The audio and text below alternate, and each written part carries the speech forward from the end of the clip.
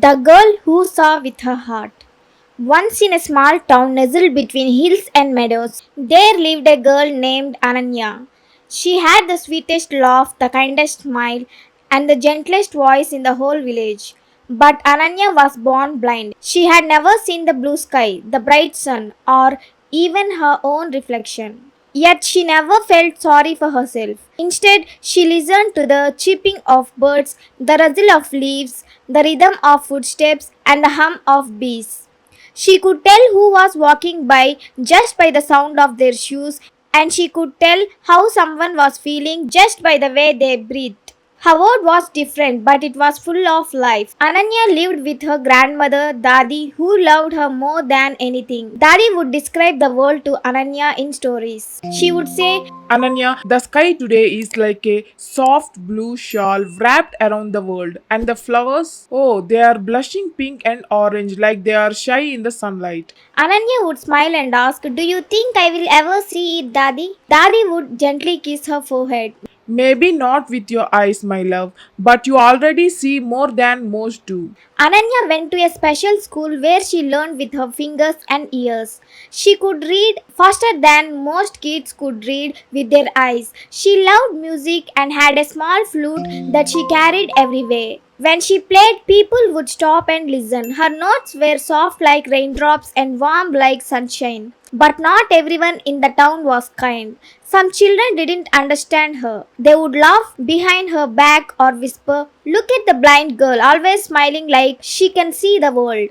Ananya heard them, but she never let it show. Instead, she played her flute louder and walked with her chin held high.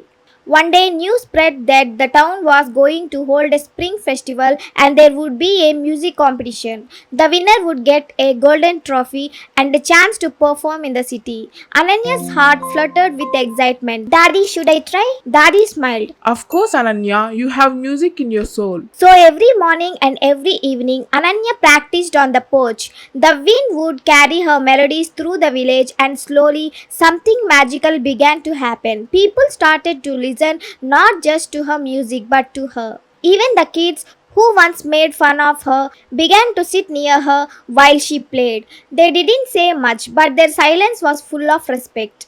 One afternoon, a boy named Karan, who had once teased her, came up to her. Hey Ananya, your music is really beautiful. I am sorry for being mean before.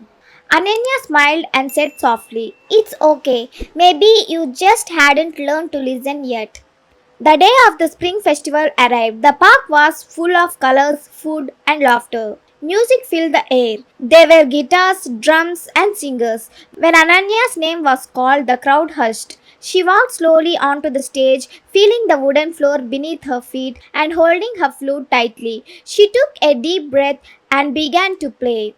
Her tune was unlike any other. It was not loud or flashy. It was soft and full of emotion. People closed their eyes and felt the music wrap around them like a warm hug. It was as if the flute told a story of stars Ananya had never seen, flowers she had never touched, and dreams she held in her heart. When she finished, there was silence and then applause. Loud, thunderous, heartfelt applause. People stood up, clapped, and some even cried. Ananya stood there, smiling, tears in her sightless eyes. She didn't win the trophy, but something better happened. A man from the city's music academy came up to her and said, Ananya, your music, it speaks. We would be honored to have you come study with us. Dadi wept with joy. See, my little one, you don't need eyes to be seen, you shine.